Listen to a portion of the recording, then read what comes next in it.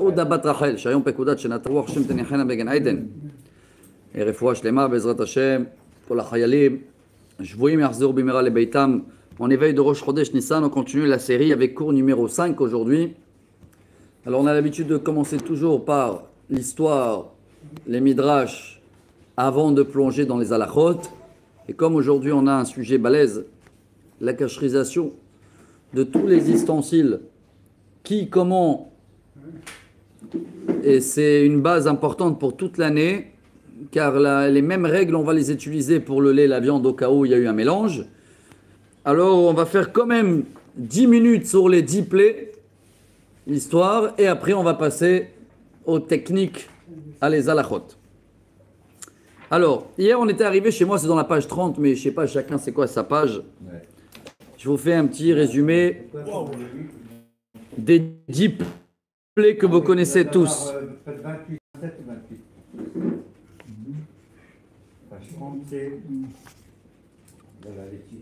Alors vous vous rappelez, on était arrivé hier dans la Haggadah, dans l'histoire de la Haggadah, que Moshe il était chez Pharaon dans le palais, et Pharaon il voulait pas libérer le peuple, sortir. Donc Moshe il a annoncé à Paro qu'il va avoir les 10 plaies. Je vous le fais rapide. Le premier, c'est le Nil, le sang. Makat Eser Amakot, voilà. Mais je fais que le résumé, car tout ça, je sais que chacun de nous connaît les détails. Makat Dam, c'était sur le Nil.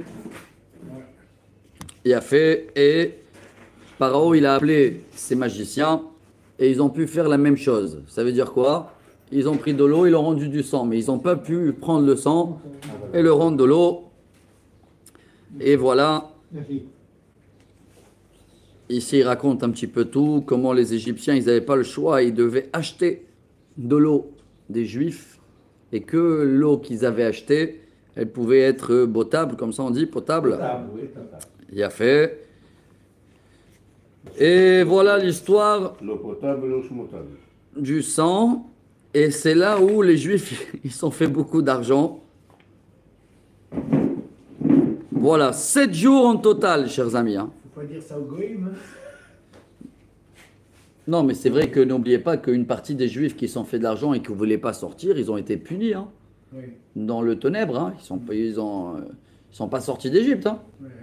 Ça veut dire, en quelques argent qui sont faits, ils ont oublié tout l'esclavage. Oui.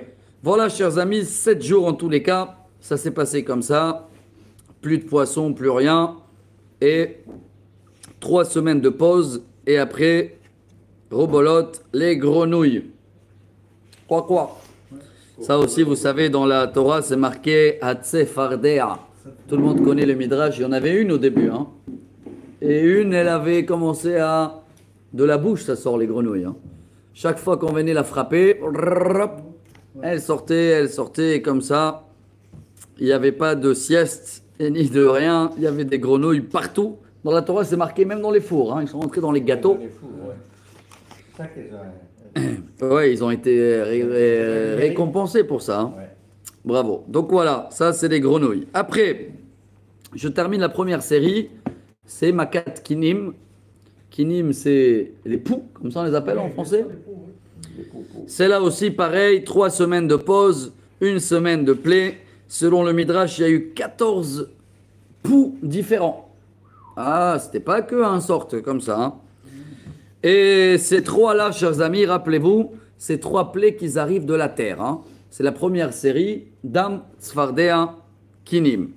Et ça, ils n'ont pas pu faire, les magiciens, les marabouts, parce que tout ce qui est tout petit, plus qu'une grandeur qu'un lentille, il n'y a pas accès à les forces de l'impureté. Voilà, Rabotai, on va repasser maintenant à la deuxième série. Arov Dever Shrin.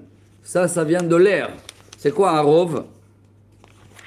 Arov, c'est tous les animaux, les lions, les ours, les tigres, les serpents, tous. Et vous savez qu'est-ce qu'il dit le Midrash aussi? Et qu'est-ce qu'il y avait en plus dans les animaux? Il y avait aussi des grenouilles et des poux. Ils ne sont pas pareils, ils sont revenus. Ça veut dire c'est fait un safari total. Et voilà, les Égyptiens, Ils ne savaient pas où y aller. Et dans Goshen, il n'y avait rien. Bon, c'est très beau de raconter un peu les enfants. Imaginez-vous comment on est assis dans le salon et là, t'as un serpent qui sort de là, un lion derrière le canapé, la mamie en panique, 3 rats qui se baladent dans... c'est balèze, hein. Bon, après une semaine comme ça se termine et on passe à la peste des vers. Et là, tous les animaux, tout ce qu'ils avaient, hein, cheval, taureau, vache, tout est mort d'un coup. Sauf les animaux d'Israël, même pas un qui est mort. Voilà, chers amis, ça reste comme ça encore une semaine. 3 semaines de pause. Et après, on va passer à Makat Shrin. Shrin, comment on l'appelle? C'est là, en fait, il raconte, il y avait 24 types de furons, là, de maladies. C'est-à-dire plein des boutons, avec du pus, sans du pus, blanc, noir, blanc. Donc voilà, ils ont gratté pendant une semaine, si vous voulez. Incroyable. Et voilà, tout ça, c'était pour d'abord montrer les Égyptiens tout ce que nous, on a traversé pendant ces 210 ans d'esclavage. Hein. Et... Vous savez, la furoncle, quand elle arrive et tout ça, pour la guérir, tu sais, il n'y a pas mieux que l'eau de mer. L'eau de mer. Tu vas dans exact. La mer, avec l'eau de mer, le pus qui est à l'intérieur, il sort tout seul. Et il y en a même ceux-là qui ont des problèmes de psoriasis. Oui, exactement. À la mer morte, ils les envoient. Ouais. C'est encore plus rapide là-bas, c'est accéléré. Donc après qu'on a fini... J'ai eu l'expérience moi-même, hein. J'ai eu un furon il y a longtemps. Vous savez que c'est lié aussi au stress et tout ça, hein, beaucoup. Non, quand on est jeune, quel stress? J'avais pas de stress. Ah bon, d'accord. Non, aujourd'hui, ils disent que ça peut être lié. Bon, tout est lié au stress. Hein, mais... Alors, il nous reste la dernière série, chers amis. On a fait les 3 premiers de la terre, vous vous rappelez? Dam, Tzfardé, Akinim. Après, il y a les 3 de l'air. Arov, les animaux, bêtes sauvages, Dever, la peste, et Shrin, et les boutons là. Et maintenant, il nous reste les 4 derniers. Barad, ça, tout ça, les 4 derniers, ils viennent d'en haut. Hein. Barad, c'est la grêle mélangée avec du feu. Selon les Midrash, chaque graine de grêle, elle était comme une pastèque. Voilà, imaginez-vous la grandeur. Donc c'est tombé partout, ça a tout cassé. Et après 7 jours, on s'arrête, 3 semaines de pause. Et là, ils arrivent, les sautres. Il reste Tonèbre. Celle-là, c'est la seule qu'elle était combien de jours, chers amis? Elle était 3 jours, hein, au début. 3 jours, il y avait un noir total que tu pouvais le toucher. Mais il y a Mesh Rocher. Épais. Voilà. Après, il y avait encore 4 jours où ça a commencé à baisser au fur et à mesure. Donc une semaine en total. Et voilà, on arrive à la dernière, chers amis. Et la dernière aussi pour aujourd'hui. Comme ça nous fait pile 10 minutes sur les 10 plaies. Makat Bechorot. Makat Bechorot, elle s'est passée quand, celle-là? Le 14 Nissan, hein. C'est la veille de départ, ça. Oui, justement, oui. Donc n'oubliez pas que là, ouais, le peuple juif déjà, il sait qu'il va sortir, il est prêt. Ça fait 4 jours qu'ils ont attaché le mouton dans le lit depuis le 10 Nissan. Et ils ont eu la mitzvah de Rosh Chodesh Nissan qui est déjà derrière eux, ce que nous, il sera devant nous ce soir et demain si Dieu veut. Et il y avait beaucoup qui ont fait entre-temps la Brit Mila, chers amis. Ils ont profité de cette période-là. Moi, j'aime bien cette période entre le 10 Nissan et Pessah. C'est la course partout, c'est les odeurs, l'ambiance. Tu sens l'odeur. Les 200. Et voilà. Et à la fin du 14, le soir, donc l'El Seder, voilà, ils sont descendus en bas, selon les Midrash, 900 millions des anges de la mort. 900 millions. Ouais. Ils étaient plusieurs des anges de mort. Hein. Dans toutes les maisons, ils sont partis plusieurs. Et il y a eu des grandes bagarres parce qu'il y a eu plein des premiers-nés qui sont morts parce que les Égyptiens, ils n'étaient pas fidèles. Hein, si vous croyez. Hein. Ils avaient tous des enfants à droite, à gauche. Et donc, du coup, dans une maison, il peut y avoir plusieurs qui sont morts. Hein. Voilà, sauf Paro qu'il arrive comme ça, en pyjama. C'est la chanson qu'on a appris tous à l'école. Paro be pyjama, il arrive et il court. Et il va dire à Moshe, sortez tout de suite. Mais Dieu, il a dit, non, on ne sort pas comme des voleurs comme ça la nuit. Le matin, ça va être la journée de départ. Et voilà, chers amis, en 10 minutes, on a fait juste le résumé des 10 plaies pour nous donner envie, plus dans le Seder, de raconter un petit peu, de détailler. Je vous ai dit, moi, personnellement, ma femme, les enfants, ils mettent même des animaux à table et tout, un peu comme ça, pour vivre l'histoire. Pas des petits animaux de Lego, là, comme ça. Les enfants, ils se rappellent de ce moment-là. Et à nous d'améliorer nos tables, chacun où il fait le Seder, qui trouve comment le vivre chaque année d'une manière améliorée. Rabotaï, voilà, après les 10-11 minutes de préface, avec votre permission, on va passer à les halachot du jour. Chez moi, je suis dans la page 93. Le sujet aujourd'hui, c'est cacherisation de vaisselle pour Pessah. Et si on a le temps, on continue après avec le riz. Voilà, donc ceux-là qui veulent rire, attendez un petit peu et gardez les sources des coutumes pour tout à l'heure. Aksharat Akelim le Pessah. Alors c'est 91 dans le nouveau. Hazak. C'est bon, on a 5 livres différents, chacun c'est une autre page. 91. Bravo, Baruch Hashem, il pleut. Ça aussi, c'est pas mal. Hein. Oui, Nissan toujours, la pluie de Nissan, elle est bien. Rabotai, hier on a fait une petite préface. On va la répéter aujourd'hui. On est à quelle page là maintenant? 93 chez moi. Ah, c'est ça, 93, c'est ce que je l'ai dit. Aksharat Akelim le Pessah. Ouais. Tam Aksharat Akelim. Alors, Akelim she'anu mishtamshim bahem b'meshech hashana lema'achale hametz. Tout la vaisselle qu'on utilise toute l'année pour le hametz, me'achar ve'hem blo'im me'hametz, comme ils ont avalé du hametz. En anu yicholim mishtamesh bahem b'chag ha'pesach. Ela im ken naflit et hametz habalua bahem. Donc, si on veut utiliser à Pessah les vaisselles de l'année, il va falloir suivre le cours d'aujourd'hui et on va essayer de partager tous les détails. D'abord, j'ai 2 notes à faire avant. S'il y a quelqu'un qui va dans un hôtel, la brioute, tu n'as pas besoin de cacheriser la vaisselle chez toi, mais écoute quand même le cours, parce que dans l'année, peut-être, tu vas avoir besoin de savoir comment cacheriser une poêle de viande qui a touché le lait, etc. Ça, c'est 1. 2, il y en a des gens qui restent à la maison, mais ils ont une vaisselle spéciale Pessah. Oui. Bravo, Lucie te dit, c'est très très bien.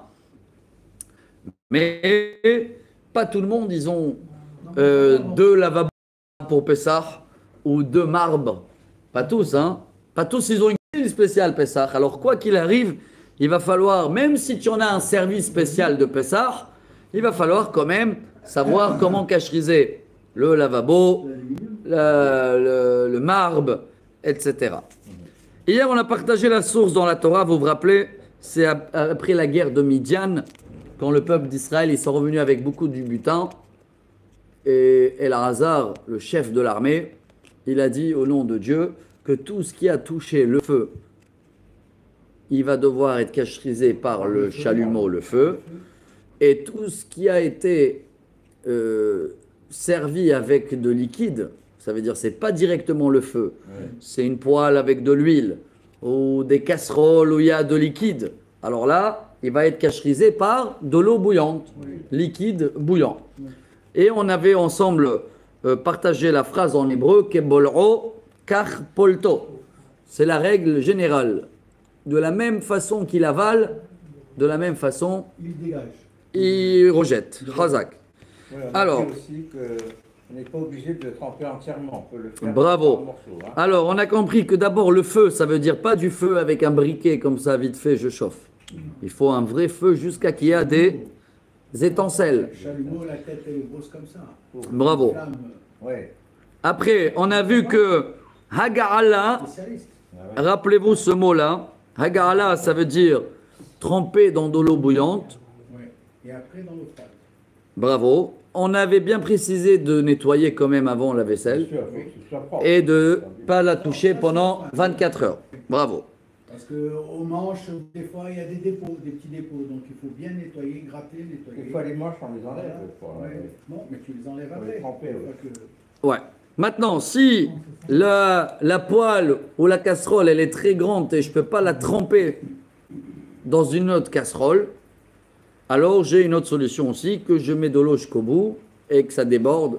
Oui. Ça s'appelle agarla. Et j'ai encore une troisième solution qu'on va la étudier, au cas où je ne peux pas faire déborder aussi, parce que c'est électrique chez moi ou je sais pas quoi, j'ai pas de le gaz. Je peux même tremper en plusieurs parties. Ça rentre pas d'un coup. Je fais à moitié, je tourne la casserole, encore, je tourne jusqu'à que la totale. C'est pas comme un mikvé, hein, que ça doit être tout d'un coup. D'accord? Voilà, sur un pied, les règles de cacherisation. On a vu aussi que c'est bien de le laver après à de l'eau froide. C'est une coutume, Zecher la Migdash. Comme ça, on faisait à l'époque dans le temple. Mais c'est pas obligatoire hein, de les passer à l'eau froide. Parce qu'à l'eau chaude, ça a ouvert le molécule de la casserole. Et à l'eau froide, ça les referme. Peut-être, mais ça, c'est une explication scientifique. Voilà. Elle a pas de source d'alakha. Non. Khazak. Ça me rappelle, hier, j'ai eu cette question-là. Il y a, ma femme, elle m'avait demandé, parce qu'elle a eu des demandes, elle s'occupe de mikvé, des calottes et tout. Et il y avait toujours des gens, tout le temps, Baruch Hashem, elle affronte des questions, que des gens, ils viennent avec leurs coutumes. Et certains, ils avaient hier, voilà, que c'est interdit à une kala qu'elle va faire le mikvé de reprendre la douche jusqu'au mariage. Alors, d'où ça vient ça? Et quelle explication ils avaient encore? Attendez, vous allez rigoler. Hein. Non, comme l'eau, elle est pure, il faut qu'elle garde la pureté jusqu'au mariage. Mais le problème, il y a des fois qui se trempent le jeudi et le mariage, il est dimanche ou lundi. Tu veux qu'elle va venir au mariage avec l'odeur de chlore, plus transpiration, plus machin? C'est quoi cette histoire? Mais d'où ça vient l'erreur? Voilà la question de ma femme.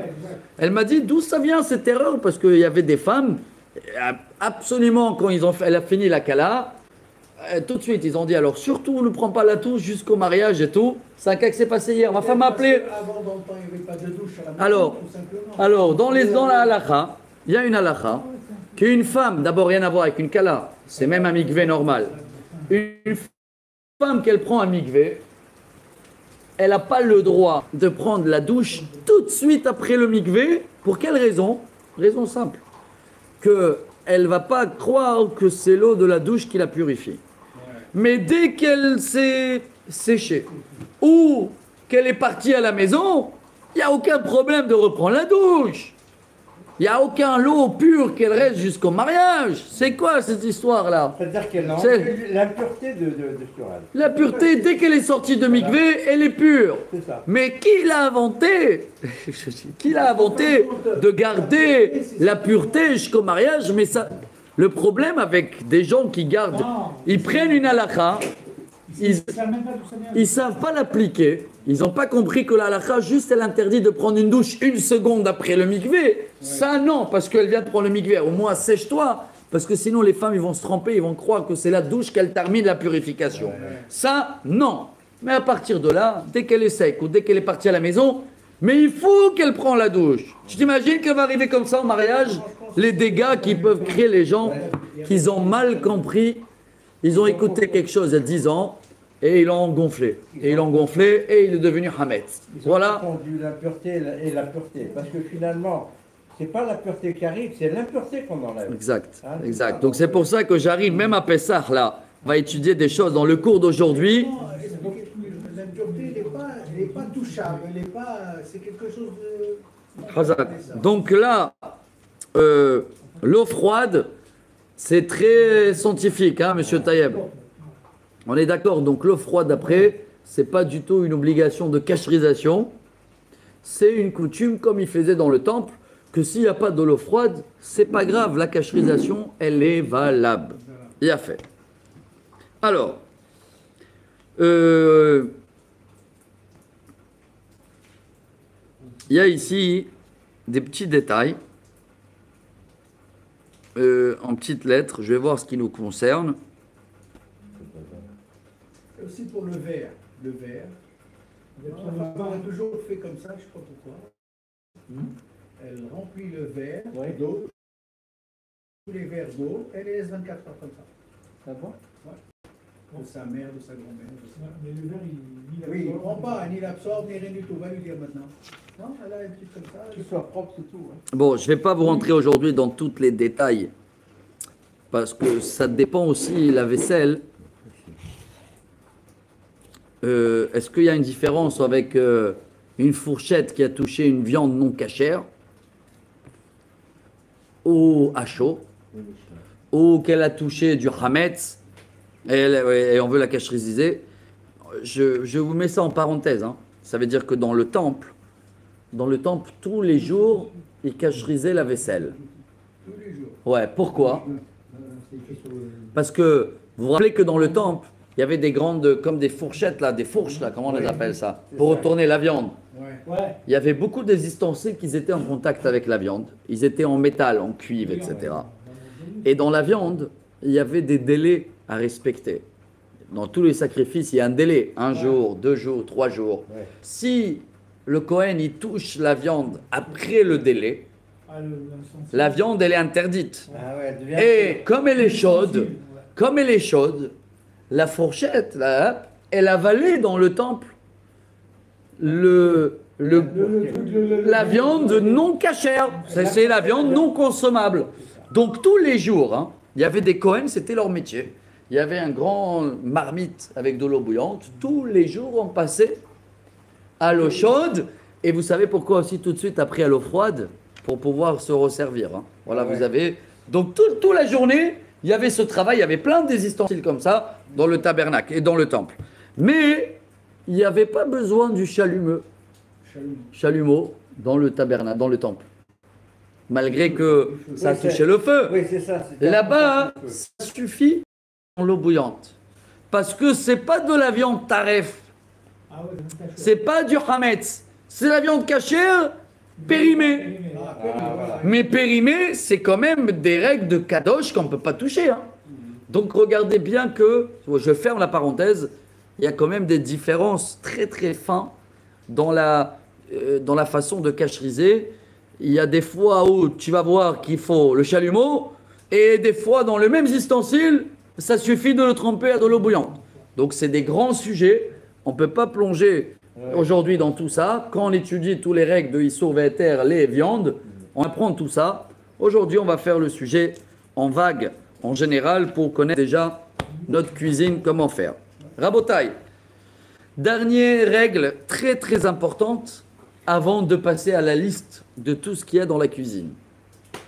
Je suis dans la page 96, je vous ai fait le résumé de toutes les petites lettres. Hein. Je suis maintenant dans Kol Keli, Holchim Bo Ahare Rov Tashmisho.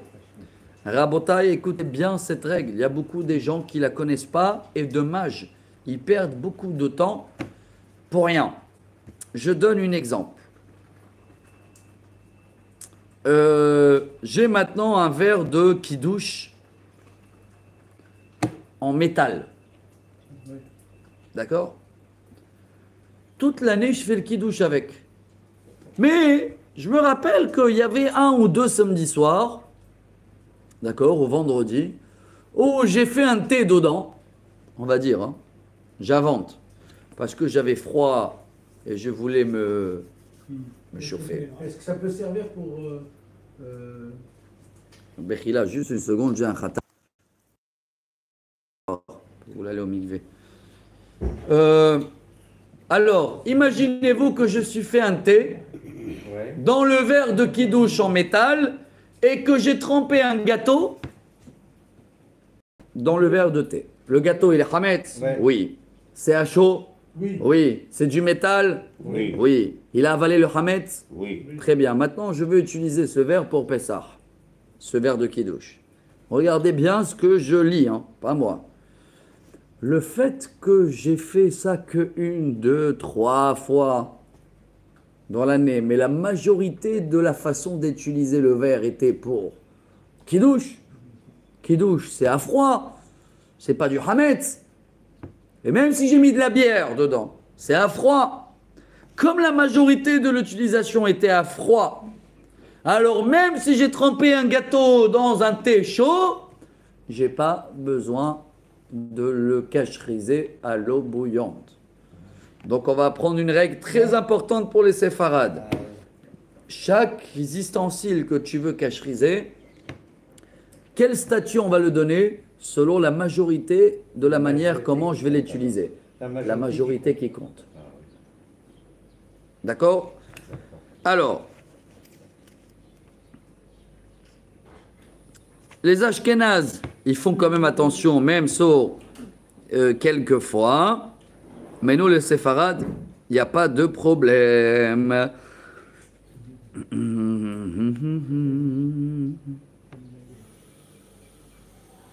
Alors, je vous donne un exemple. Tu as des casseroles où la majorité des fois, quand je prends la casserole, je mets toujours de l'huile, je mets du beurre, je mets de liquide. Même si des fois, je faisais dedans sans liquide. Ah, sans liquide, j'aurais pensé qu'il faut un chalumeau. Non, la majorité compte.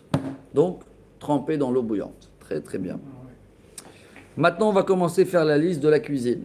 Voilà, je ne suis pas un cuisinier. Si j'ai oublié quelque chose à la fin, n'hésitez pas.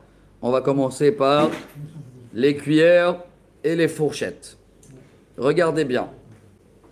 Cuillère, fourchette.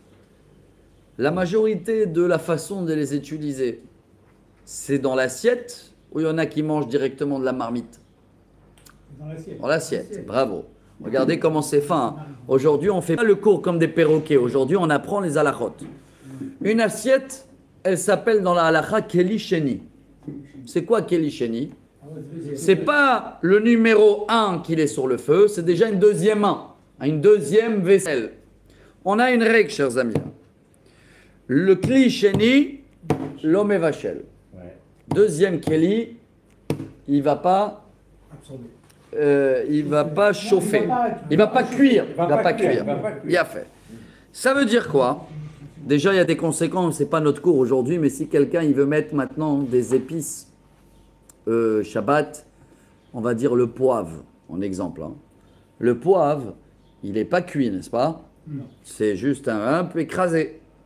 Si je vais le mettre dans la marmite, sur la plata, le poivre, il va cuire Shabbat, non?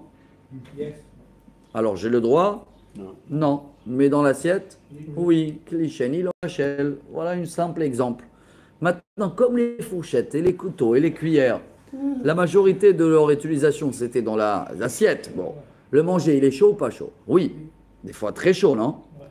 Je ne suis pas obligé de les tremper dans l'eau hébreu. Je peux les mettre tout dans le lavabo et je peux verser de l'eau bouillante. C'est encore moins strict. Ils ne sont pas trempés. On n'est pas obligé de les tremper dans l'eau bouillante, on peut renverser sur eux de l'eau bouillante. Maspik. Ok, rappelez-vous de ce mot aussi, rouille, il va revenir dans plusieurs fois. Je vous donne un exemple, tu veux cacheriser maintenant le marbre, d'accord? Alors quoi, tu vas le tremper dans l'eau chaude, le marbre? Ah non, infaisable. Donc il faut aussi savoir adapter. Voilà, tu prends le bouillard, tu mets un peu de l'eau chaude, merci, au revoir. D'accord? Alors, tout ça, c'est pour les séfarades. Je précise aujourd'hui, je suis moitié ashkénaze, alors je dis aussi pour les ashkénazes. Les ashkénazes, ils disent que la fourchette et la couteau, comme c'est facile à les tremper dans une marmite, alors on va les tremper dans une marmite. Mais les séfarades, la règle c'est la règle, comme ça a touché la majorité des assiettes, voilà. Sakin, couteau. Ah, couteau. Chers amis, le couteau, des fois, il coupe citron, oignon, écoutez bien, piment. Et comme c'est des choses qui sont piquantes, d'accord? C'est connu, hein? Ça absorbe dans le couteau. C'est pour ça que quand tu coupes un oignon halavi, on va dire, d'accord, avec un couteau halavi, je coupe un oignon, je ne peux pas le mettre maintenant dans la viande, cet oignon. Hein? Même si c'est à froid, hein? Parce que le couteau halavi et la force de piment, elle prend du couteau le goût halavi. Du coup, je ne peux plus utiliser cet oignon-là avec de la viande. Hein? Alors, Une cuisson, oui. comment? C'est comme une cuisson. Exactement. Donc on demande ici dans la halakha, et j'essaie de ne pas vous prendre la tête si quelqu'un il écoute ce cours-là. On va aussi le transmettre à chacun qui va vouloir connaître toute la liste. Aujourd'hui, on va consacrer le cours sur ça. Comme ça, j'espère, hein, ce sera simple et à comprendre sans beaucoup de balagan. Le couteau, on le nettoie bien sûr. N'oubliez pas, encore une fois, je vais le répéter souvent, toutes les règles de cacherisation, de couteau, fourchette, tout ça, il ne faut pas les utiliser 24 heures avant. Hein. D'accord? Comme ça, on laisse tout le ancien goût s'abîmer. C'est mieux, quoi qu'il arrive. Hein. Alors, le couteau, c'est bien de le tremper dans l'eau bouillante. Et il te dit ici, Rav Ovadia Yosef, même si le feu il est éteint, il n'y a pas d'éboué. Tu l'as trempé dans l'eau chaude, Mais si elle n'est pas bien chaude, que toi tu ne peux pas mettre le doigt. Pas bouillante, oui. Voilà, brûlante mais pas bouillante. Ça passe quand même.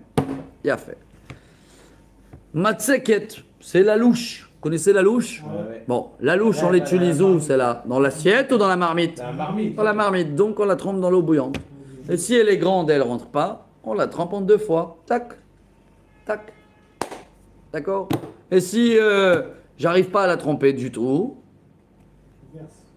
verser de l'eau bouillante, ça passe aussi. Il a fait. Après, Meham Maim. Meham, c'est le kumkum, le bouilleur, le Là, le concombre, oui. kumkum, comme ça on dit en français aussi? Ouais, coucou, c'est ça. Très bien. C'est où on garde l'eau chaude toute l'année. Celui-là, si on n'a jamais chauffé un pain sur lui, il n'y a rien besoin de le faire. Rien. Il y a que de l'eau. Que de l'eau. C'est ma mère, j'étais là samedi soir, j'ai passé chez parents, elle m'a dit, mais il faut le laver quand même. Je dis, ça c'est côté hygiène, si tu veux. Hein. Oui, bien sûr. Rien à voir avec Pessah. On enlève Selon le la calcaire. halakha, ouais, on enlève le calcaire. C'est encore une fois, c'est des bonus tout ça. Ouais, c'est Pas obligé. C'est quoi? Ça a été utilisé que pour l'eau. Il y en a des gens qui, même dans les robinets, ils mettent des filtres, hein, vous savez. Oui, Hein. oui, bien sûr. Parce que peut-être au lac de Tibériade, il y a du pain qui est passé dans le. C'est pas pour ça. C'est pour- Non, non, il y a des gens qui mettent des filtres que à Pessah. Que à Pessah. Ah, Ils mettent des filets dans le robinet. Oui, Non, on n'est pas c'est- obligé. Comme Là-bas. du pain au poisson. Ça qui arrive chez lui. et N'oubliez pas, la hein. quantité, elle est infime par rapport à l'eau. Moi, je croyais vous faire rire à la fin, mais je vais vous faire rire maintenant. Mais on a des gens que toute la maison, elle est, on dirait un musée. Hein. Ah oui, Ils mettent- une fois, Il y avait une vidéo, celui-là, il a mis de l'aluminium partout, partout, même les lits, il les a couverts. On a déjà vu ça, oui. même Vous avez sur vu son ça lit et tout. Tout, même sa femme, il a couvert en aluminium, mais il a des hammets. Bon, qu'est-ce que je vais te dire? La brioute. Encore une fois, tu Ça fait veux, rigoler tout ça. sois strict pour toi. Vous rassure, ça fait rigoler, parce que s'il habite seul, ce monsieur. Déguisement de pourri, je vais- Exactement, s'il habite seul, il fait ce qu'il veut. Mais si dans cette maison-là, il a une femme et des On peut dire enfants, qu'il est un peu maboule, non? il est totalement ma boule, pas un peu ma boule, totalement ma boule. Encore une fois, s'il est seul, la brioute, je dis. Il est ma boule, mais bon, Ah oui. ma boule pour C'est lui-même. l'influence des rabats, toi. Chez vous, au robinet. Il a fait. Rabotaille, si on a mis un petit borécas ou un pain sur le kumkum, hein, des fois le couvert il est en métal, il est en plastique, peu importe, si j'ai mis une fois à chauffer là-bas, ou plusieurs fois, je le prends, je le trempe dans l'eau bouillante, que le couvert, et je remets le kumkum. Ça chauffe pas. Non, il y en a les anciens modèles. Ah oui. Oh là, je me rappelle. Ah oui. Tu te rappelles pas les anciens modèles? Ah Il y avait oui. des comme ça, et le couvert il était en aluminium aussi. Ouais. Et on chauffait dessus du pain des fois à l'époque. Oui, c'est vrai, ça. À l'époque, quand on les mettait sur la plaque, on n'avait pas encore les électriques. Il y a ça, je parle, il y a 30 ans. Il y a 30 ans, comment vous avez chauffé café Shabbat? Quand il n'y avait pas tous les machines là. On mettait sur la plaque. On mettait le kumkum sur la plaque. Voilà, il y avait un kumkum sur la plaque avec un couvert en métal, vous vous rappelez ou pas? Celui-là, si vous l'avez, celui-là, il faut le cacheriser, celui-là. Ouais. On est d'accord, hein? Ou même une casserole d'eau, quoi. Bien sûr. Ouais, C'est pas. bravo. Bon, aujourd'hui, moi, j'ai à la maison que Dieu les bénisse avec les enfants. Jusqu'à il y a 4 ans, quand j'ai fait l'opération de hernie, avant, je les amenais des bouteilles tout le temps. Et stop après. Alors, je les ai pris aujourd'hui, il y a 2-3 marques qui font de l'eau froide toute la semaine, chaude aussi. Et Shabbat, il y a un bouton spécial, j'appuie. Tap. Et Shabbat, tu as jusqu'à 40 verres de l'eau chaude et de l'eau froide. Mais quand tu appuies sur le bouton, c'est pas électrique. Si, dans la semaine, c'est électrique et Shabbat, c'est manuel. Shabbat, c'est Incroyable. Ah, donc tu, Ouais, ouais, ouais. ah, Ouais. tu pompes alors. Je Non. pompe, c'est comme une pompe. Ouais. Ah ouais. 2 boutons sur les côtés. C'est très bien, mais Moi j'en ai acheté un, il marche pas bien. je suis pas très content moi aussi. Non, il marche bien. Je suis pas content du bruit. Il fait un bruit. Ah oui. Tracteur, on dirait. Brrr, Ah ouais. toute la semaine. oui. Bon, Oui, j'ai- Moi, je le coupe, bon, il me fait mal à la tête. Ah bon, il te fait mal à la tête le bruit, ouais. Non, c'est pas ça, c'est que la première fois que je l'ai eu, je savais pas qu'il faisait du bruit. Je sais pas ce bruit-là. Moi, la première fois que je l'ai eu, après 2 jours, j'étais le rendre. Je croyais que c'était un bruit bizarre. Hein. Il m'a donné une autre machine. Après, je suis habitué, je crois. Il m'a dit ça. C'est la chance parce que moi j'ai été pour le rendre. Il m'a dit ah non, il faut aller à la rue machin pour le déposer là-bas pour savoir ce qu'il a. Parce que le tuyau, Ouais. apparemment il y avait du calcaire dedans, je sais pas d'où il venait le calcaire. Bon, chacun avec ses soucis. Alors, C'est le c'est. choc qui fait de la guerre. Ouais, c'est l'eau chaude qui fait. Bon, pour l'instant, c'est la solution Là, qu'il y a. J'ai tous les filtres j'ai 6 filtres, j'ai tout changé. Khazak. Mais moi, il faut changer en général le fil tous les 6 mois. Oui. Ouais. Moi, je change tous les mois. Grâce à Dieu, que Dieu les bénisse avec les enfants, la machine travaille non-stop. Je vous ai raconté une fois, j'ai rigolé. Moi, quand je prends pour eux les verres, Khad permis, là, les 100, j'espère qu'ils tiennent la journée. Hein. Pour ça qu'à un moment, j'ai arrêté. Que Dieu les bénisse. Chaque fois, il se réveille, il prend un verre, il le met, il le met. T'achètes le pack avec 100 verres. Des fois, j'arrive après 5 heures, 6 heures, il n'y a plus de verre. Hein. Ah oui, il prend Ah, une puis il prend, il boit, il prend. Voilà. Alors, j'ai essayé d'être malin. J'ai acheté cela d'Ikea en plastique. J'avais tout un stock. Après, je les ai trouvés partout dans le jardin. Tac, tac, tac. Bon, j'ai dit, on va acheter en verre. Ah, ils sont cassés. Bah, au Par Rachem. contre, ça aussi, il y a l'eau chaude, maintenant, ils mettent directement sur ton robinet. Tu as un appareil qui se met, il fait eau froide Shabbat, ils te mettent un robinet à côté. Ouais. Et pareil, il a un. Mais chaude aussi Shabbat. Ouais, chaude aussi Shabbat.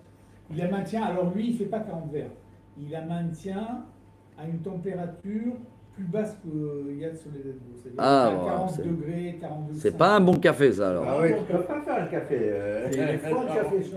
Café, c'est un café suédois, ça. Oui, c'est tiède. 45 degrés, c'est bon, hein, ça suffit. Ah, c'est Ah. pas suffisant, ouais. Non, non. Bon.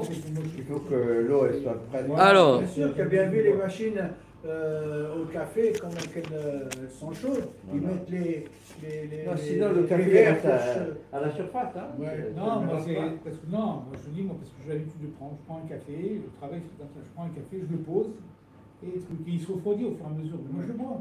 Et tout le jeune me dire le café il est devenu froid, je dis ouais, t'inquiète pas, je le bois. Khazak. Bon, pour toi, c'est une bonne solution, pas pour nous, alors.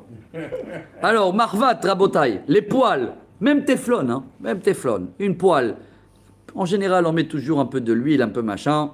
Même si on met une goutte, il faut la tremper dans l'eau bouillante, d'accord? Voilà. Sirouga, je sais pas c'est quoi, c'est pour mettre un gâteau dedans. Ah, c'est pas les formes là en plastique là qu'on achète. Il y a aussi cela en plastique. Voilà, il y en a un chaque année, il me demande la même question et il n'a pas appris encore. Vous connaissez les choses en silicone là. En silicone, voilà. Alors lui, il croit qu'il est un érudit. Comme nous, on apprend que le four, c'est à sec et il faut en général passer un chalumeau, alors il veut par force que je le dise de passer les silicones au chalumeau. Adam Aboul, tu les passes au chalumeau, tu brûles toute la maison. C'est pas fait pour... Ouais, c'est... Bon. Alors qu'est-ce qu'on fait avec? La vérité, je vous le dis, il vaut mieux de ne pas l'utiliser parce que c'est prise de tête. Mais au cas où, ça coûte rien. 10 shekels, tu achètes. Silicone, bien Mais... Et les formes pour les gâteaux. tout ça en Exactement. silicone, bien sûr. Tout cela, si tu veux, voilà, il te dit, hein, si tu veux les cacheriser, efshar minadin l'archiro be'agala. Il faut bien le nettoyer. Tu le passes dans l'eau bouillante, parce que tu ne peux pas le passer dans le feu. Il va cramer. Bien sûr. Puis parce- Alors tu le passes dans l'eau bouillante, mais il te dit, il vaut mieux, si tu veux être strict, ça, il vaut mieux de les changer ou les mettre de côté, parce que tu sais très bien que même dans les silicones, il y a toujours un peu de noir Ouais, qui reste bien comme sûr, ça. Tu les vois qu'ils sont un peu... Tu vois qu'ils ont avalé du gâteau, quoi. Tu vois, psychologiquement, on a du mal à l'avaler. Mais ilchatiquement, tout est cacherisable. Rappelez-vous, sauf la porcelaine. Ok. Le four, Rabotaille, on va le faire très très court. Et s'il y a mesdames qui voient le cours, vous allez voir comment c'est facile. Et vous n'allez pas, moi, me remercier. Vous allez remercier Rav Ovadia Yosef. Voilà. Regardez, je vous lis mot à mot. Comment cacheriser un four? Ça ne sert à rien d'aller acheter un nouveau. Vraiment. Si vous avez de l'argent à dépenser, donnez-les pour les pauvres. Mais le four, s'il marche bien et vous voulez l'utiliser, vous allez faire comme ça. ינקה את התנור היטב עם חומרי ניקוי מכל שערי מאכל וזיעה שהצטברו בפינות. Tu prends tous les produits qu'il y a aujourd'hui, c'est les banques, Dr. Clean, Dr. Tac, il y en a tellement des marques aujourd'hui, c'est devenu des rayons, il n'y a que ça. Achète, mets un peu partout, parce que ça c'est un produit qui il annule tous les goûts et il nettoie. Tu vois, tu mets un peu, tu nettoies bien le four. Après, tov she'amtin 24 shaot, mets ta shimush acharon batanour. Après que tu as bien nettoyé, tu attends 24 heures. Depuis la dernière utilisation. Et ça aussi, c'est marqué Tov. Hein. Je n'ai pas envie de vous dire que même ça, il y a des combines. Si je n'ai pas les 24 heures là, je peux l'allumer même 10 minutes à fond et après, je le fais directement. D'accord? Mais si j'ai les 24 heures devant moi, donc j'attends 24 heures depuis la dernière utilisation. Je nettoie bien avant les 24 heures ou après. Et à la fin,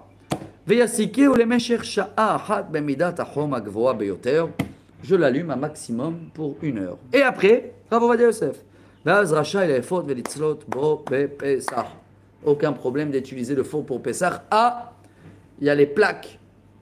Ça, c'est un peu plus délicat. Les plaques, vous voyez, si ceux-là, s'ils ont été utilisés en direct. S'il y a eu un dépôt dessus qui a collé. Voilà. Alors ça, la vérité, hein, c'est très compliqué. Et je crois que c'est le seul objet que il vaut mieux de ne pas le cacheriser parce que celui-là, il faut que le passer au chalumeau. Et comme il est recouvert de maïl, le maïl, il va l'abîmer, le plaque. En principe, c'est tous des grilles en inox. Donc, Maintenant, si quelqu'un, il n'a pas utilisé jamais directement sur les plaques, il a toujours des plaques en verre, il met des choses en aluminium. Là, il y a des solutions pour cacheriser même les plaques. Il y a des rabbins qui autorisent. Parce que j'ai jamais mis le manger directement sur les plaques. Mais, comme chez moi à la maison, souvent on utilise les plaques. Qu'est-ce que tu dis, les plaques? C'est la plata? Non, les plaques qu'ils mettent dans le four là. Les plaques sur le d'accord, ouais. Ceux-là, il vaut mieux de ne pas l'utiliser à Pessah et les changer. Il y a aussi les grilles, c'est pareil. Comme le gris, c'est pareil. Chaque année, il y a des grilles qui s'adaptent à tous les fours. Tu vas aller là-bas, à côté au chouk, 60 shekels ou 50 shekels. Tu achètes un grill qui s'adapte à tous les fours et dessus, tu mets ce que tu veux. C'est au cas où tu veux être tranquille. Donc, en grand, chers amis, c'est la seule chose, pratiquement, qui est, je ne vais pas dire incacherisable, qui est trop dur à cacheriser. Moi, ma femme, elle ne fait pas. Bravo. On nettoie, mais on ne cuisine pas dedans pour faire ça. Il a fait. Micro-ondes. Micro-ondes, oui. Voilà, micro-ondes. Micro-ondes, c'est le plus simple, hein, chers amis. Hein. Oui, bien sûr. Il est tellement simple que si tu as envie de t'amuser, tu peux cacheriser tous les jours le micro-ondes. Comment on fait? Le micro-ondes. Il n'y a rien besoin, ni 24 heures, ni rien. Parce que ça ne chauffe pas à base de chauffage à l'intérieur. Hein. C'est des électromagnétiques qui... ils se frottent.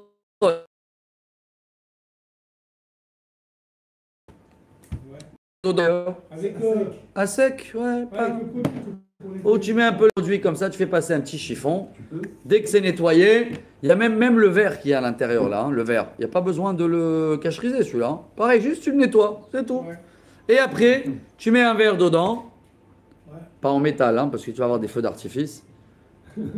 Tu mets un verre ou en plastique, et tu mets un peu de savon dedans, tu mets sur 5 minutes, ça va mousser un peu, et c'est kasher les Pessah. Très facile. Voilà. Et pourquoi? Comment il devient kasher? Quand tu mets à 5 minutes, le micro-ondes, il va... Et donc, le micro-ondes, il est kasher les Pessah. Il a fait. Rabotaille, on va passer à... Où on met le gaz là, comment ça s'appelle? Les gens qui ont la pyrolyse, ils mettent un coup de pyrolyse, c'est bon. Pyrolyse, c'est magnifique. Je leur dis 1 heure. Non, mais quand on pyrolyse, il reste très longtemps. Très bien, alors s'ils veulent être strict de strict, 1 heure, max. En France, pas programmer le pyrolyse, ici ils n'ont pas. Non. Ah, d'accord. C'est la fonction qui est programmable. Et là, après, le four, il est fermé. Très bien. Tu mets le pyrolyse, tu ne peux plus rien allumer. Tu as compris? C'est une grosse charge d'ampères, le pyrolyse. Ah bah oui. Ah oui. C'est d'abord, en France, c'est une prise spéciale. 32 ampères. Ça n'a rien à voir avec les 10 ou 16 ampères. Non, 16 ampères, c'est le faux. Hein? 16 ampères. 16 ampères pour le feu. Mais 32, c'est double. Quoi, j'ai pas vu le temps là. Oula, on va devoir faire un autre cours sur ça ou quoi? J'avais pas vu le temps qui est passé.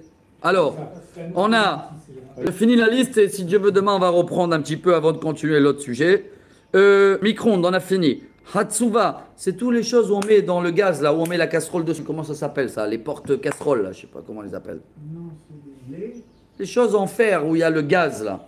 Ah oui, les Ah oui, crochets, les brûleurs. Les brûleurs et les... Ah oui, les brûleurs de. Alors, de tout cela, voilà, ou on les trempe, c'est mieux, dans l'eau bouillante, ou on peut même verser dessus de l'eau bouillante. Il y en a qui rajoutent de l'aluminium, c'est un bonus. Très bien. Pourquoi il n'y a pas besoin de chalumeau dessus? Hier, tu avais parlé de ça. Parce qu'en général, on ne cuisine pas sur eux directement. On Il y a le feu cuisine en permanence, là. le... Il y a le feu en permanence. Exactement. Et même si c'est tombé Hametz, le feu, il a brûlé direct. Bravo. Plata de Shabbat. On la nettoie bien et on renverse de l'eau bouillante. Voilà. Maintenant, si... Non, pas besoin. C'est un bonus. La laisser chauffer après. Après l'eau bouillante, si tu veux rajouter de papier aluminium, moi je rajoute. Pourquoi? Parce que souvent je mets le pain directement sur la plata. Alors je rajoute un aluminium. Bien fait. Toute l'année, j'ai Chipudim, rechatot, tout ce qui est des barbecues là, les grilles de barbecue et tout ça, il faut un chalumeau, chers amis. Hein. oui, hein. D'accord. Madi Arkelim, ça aussi Rav Ovadia Yosef, il dit le lave-vaisselle, rien besoin. Juste tu enlèves le filtre, tu le nettoies. Shalom. Rien besoin, pas besoin de le cacher. Voilà. Rien. Rien. Et entre parenthèses, il te dit c'est de la même raison que Rav Ovadia Yosef et tu autorise de mettre dedans du lait, service de lait bien en même temps. Hein. D'accord? Mais bon, si mesdames vous avez du mal à l'avaler, alors la brioute. Le marbre, on le nettoie bien et on met de l'eau bouillante. Voilà. Si c'est un marbre très chic et cher qui peut s'abîmer avec de l'eau bouillante, eh ben, il n'y a pas besoin de mettre de l'eau bouillante parce que forcément dans l'année, tu ne l'as pas utilisé à chaud si tu as fait attention sur ton marbre. Bravo, tout est logique, chers amis. Le lavabo, alors s'il est en argile, c'est ce que j'ai moi. C'est pas les nouveaux là. Il y en a qui sont en l'inox et tout. Il y en a qui sont. Tu le vois, le lavabo, il est un peu. Il est absorbé dedans, tu vois. Tu peux jamais le faire blanc. Ouais. C'est pas grave. Comme on mange jamais du lavabo, d'accord? Donc Porcelaine. c'est porcelaine. C'est porcelaine. Ah, tu vas me dire le porcelaine, on le cacherise pas. Oui, mais là, on mange jamais du lavabo. Et même si dans le lavabo il y a du hametz, c'est du hametz mélangé avec du savon, Mais le savon, avec des machins. Il a tué. Exactement. Alors, Rav Ovadia Yosef, il dit pour être tranquille, tu le laves bien et tu verses de l'eau chaude 3 fois. Aïe, voilà. Fini, pas besoin de plastique avec des trous. Peut-être la grille en inox là, parce que des fois si. Même pas de l'eau bouillante dedans, ça suffit. De l'eau bouillante, ça suffit. Après, le verre, chers amis, le verre n'avale rien selon les séfarades. Selon les ashkénazes, il avale rien dans le froid, mais il peut avaler dans le chaud. Donc, si tu es ashkénaze et tu veux cacheriser ta vaisselle en verre chaude, ça veut dire chaude, c'est là que tu mets en four. Tu fais des gratins dedans, mets-le dans l'eau bouillante si t'es ashkénaze. C'est farad, mets-le dans l'eau froide. Ah, je vois un peu la couleur noire. C'est pas grave.